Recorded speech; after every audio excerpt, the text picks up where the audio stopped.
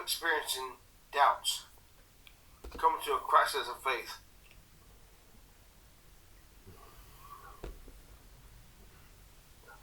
God says our faith is tested by fire, that it may be proven to be gold if it's real, but if it's not real, it will burn up like the chaff. But what about the claims of Christ and Christianity? When they're tried by fire and they burn up, what am I talking about? If a person is born again, it is of the Spirit. It is deeper than your mind, soul, psyche, heart, emotions, body. It is spiritual. So if it is spiritual, a person is born again, meets his spirit, meets God, and since it's spiritual, you cannot see it. You have to take it by faith. But it's something that you know, and you don't know how you know, but nothing can convince you that what you know is not real. If somebody has this, if this is what the new birth is, why in the world are there people who are born again? They go to a secular university and they come back infidels, atheists. What? Is Jesus not able to keep them?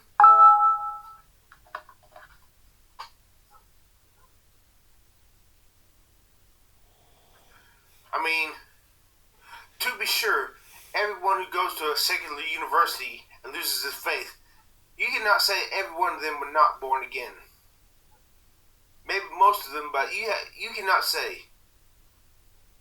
Why do they lose their faith if it's spiritual, if it's in the spirit? If the new birth is truly spiritual, if Jesus is real, if this all is, God is spiritual, the spirit realm, which is higher, deeper than this realm of reality that we live in, of body, soul, mind, will, emotions. Yes, the mind, will, and emotions and body are connected to the spirit, but there's that spiritual element. Shouldn't a truly born again person who goes to a secular university and learns things that wreck his faith be unable to totally abandon what he has in the spirit? Because there's that spark in there, a spark in the spirit telling that this is true. Don't deny me.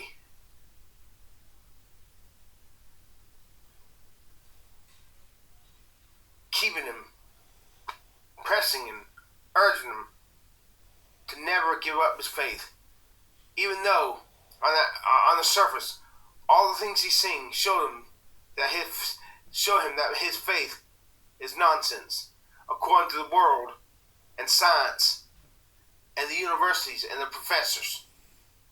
Should there not be some? If the new birth is spiritual, should not God in the spirit? And should he not do this for every one of his children? 100%. If he cannot do it from 100%, then he is not almighty. Just mighty. I expect 100% for God, or he's not God and God. He's either almighty God, or he's not. 100%, or may as well be 0%, for all I care. The only reason someone should abandon the faith is not because the doubts force them to, no matter how. There are Christians who went to secular universities and they so badly wanted to keep believing on their faith. They fought tooth and nail to keep believing. But they eventually became atheists. If they were truly born again, where's God? I can see somebody willfully and violently turning away from the new birth within them by their free will, doing so against that spark of the spirit within them, striving within them, trying to keep them from abandoning the faith. And I see it possible if they want, say if they want. Okay, what am I saying? Okay, let me get my picture back on.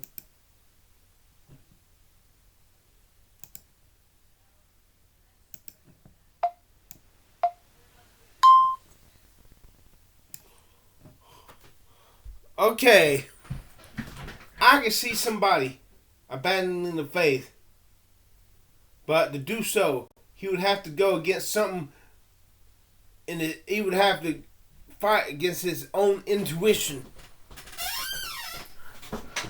because maybe he wants to go out and commit sin, live a life of debauchery, and he goes to the secular university and he uses the doubt and he uses what he's taught, and he uses the doubt as a crutch. Hey, if Jesus, how do I know Jesus is real? He says they're proving the Bible wrong in the universities. Why not just give it up and live a life for sin? But he should not. He should. If he did that, there would still be something in. There should. If the new birth is spiritual, there should be something in him telling him, no, screaming out in the intuition, no, no, no, trying to force him to keep from giving up his faith. If he gives up his faith, it should be like the man who is about to board an airplane, and he feels this intuition. He just knows, do not get on that plane. Do not get on that plane. But he wants to get home. He gets on the plane. The urge gets stronger. It's spiritual. Get off this plane. Get off this plane. Get off this plane. But he tells himself, "Oh, that's just me. That's just a glitch in my personality. Nothing's gonna happen to this plane. They've inspected it," and he goes against that voice. The whole time the voice is, he's got the urge, get off this plane, and he doesn't, and the plane goes down in flames and explodes because of a glitch. I can see somebody abandoning the faith like that. But if Jesus is real, if you're born again of the Spirit, now let me explain what the Spirit is, using Watchman Nee's words. You got the body. The body is the outer shell, the outer covering of the soul. Your mind, will, emotions, your psychology, all that jibber jabber. Well, your soul, your mind, will, emotions, psychology is the outer covering of your spirit. And it is in the spirit that you meet God. And that's why you can't see him. That's why it's called faith, because that's why they say God gives you the faith, and God meets you in your spirit. You know that you know that you know, because it's spiritual. But you don't. But your soul and your body, you can't see it. So if it's that real, why in the world are there Christians who are truly born again, who go to a secular university, take philosophy, and start to doubt, and they do everything they can to not fall away? They read apologists, they read the Bible, they pray, they beg God, they fast, and yet they end up abandoning the faith because Jesus couldn't keep them. What? Jesus, the spiritual, was unable to keep them from secular teachings, denying the Bible. I don't know. I don't know. All I say is I'm disappointed in God, in Jesus. I'm disappointed in you, Jesus. I expected 100% from you, and you have not given 100%. If so much as one child of God falls away from his faith, Jesus, this looks bad on you. This makes me doubt whether or not you're real. If you're true, you are a jealous God. You said not of them that thou gavest me, have I lost none. Said Judas, the son of perdition, that the scriptures might be fulfilled. And Judas was probably no doubt a fake believer, not a real believer. So if he cannot keep every last one of your believers, past, present, and future, from falling away, I'm disappointed in you. Why can't you? Why can't you, Jesus? Why? Why don't you? Are you real, Jesus? Are you really real?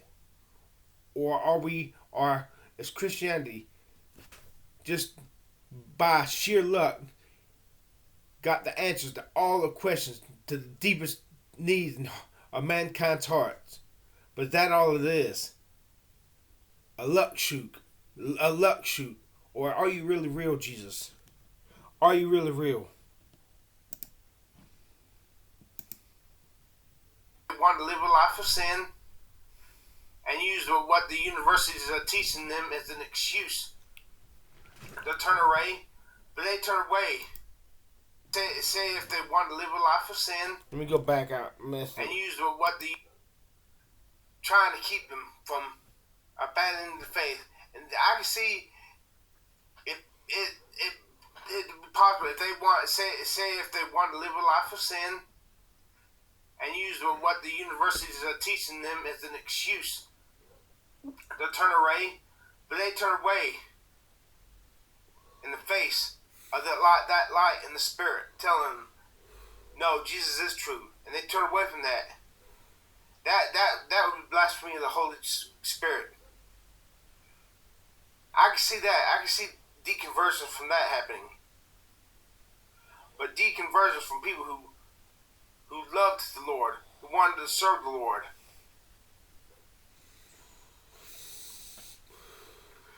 Went to secular university and were taught things that made them seriously doubt their faith, and they fought tooth and nail to keep believing. They read the Bible. They read apologists. And finally, after a long, painful struggle, they can no longer believe, although they so wanted to. What's happening? How can a person who is truly born again go through this? How can you not keep them from going this far, Jesus, if you're real? And another thing, I have another question. We all heard a story about people who had head injuries and lost their memories of the past 15 years of their lives. Let's say somebody is saved and he's been born again for 6 years, truly born again of the Spirit, not of the soul, not of the body, but that intuition that he knows that it's true, and he doesn't know how he knows it's true. He just knows it's true. Are you going to gym Buzz today? Yes. Okay, well, wear a shirt that fits good. Okay, I will. Don't be late. Bye. In the same way that man who's getting on the jet knows he better not get on that jet, and he doesn't know why. If he doesn't get on the jet, he's gonna have to pay big money to get another flight home. Be stranded for a few days in the city. But yeah, he doesn't get on the airplane, and the airplane goes down in flames. How did he know that? He knew that in his spirit. Let's say somebody 6 years ago got born again that same way, in the intuition. And then has a head trauma that makes him forget the past 15 years of his life. If the new birth is truly of the Spirit, there should be that spark still there down in his being somewhere. Unable to be quenched, unable to be killed, unable to die. But if the new birth, if all this is psychological of the mind and not spiritual, I can see this person being preached the gospel and feeling that he's not saved because he's never been born again, because he forgot that he was born again. So what's going on here? Somebody please tell me what's going on.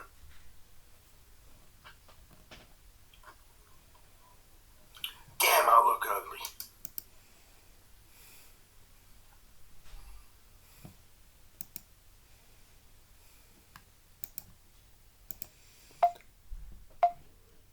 Let me repeat that point I said, because I do such a shitty job at expressing myself. I cannot express the thoughts in my mind. I can see them clearly, but I lack communication and verbal skills. My communication and verbal skills fucking suck. Okay, talking about that head trauma. This one girl atheist relates a story about a man who was a Catholic, devout Catholic.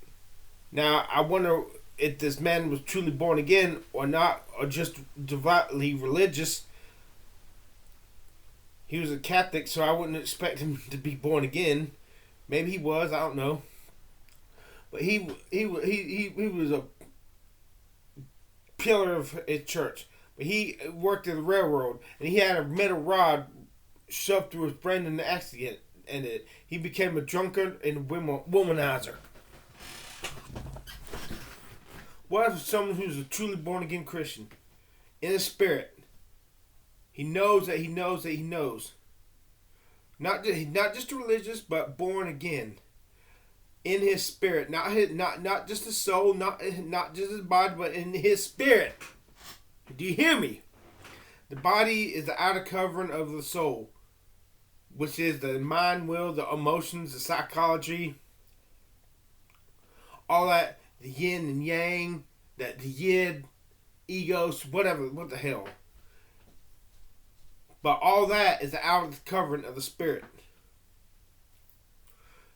Intuition, when you just know that you know.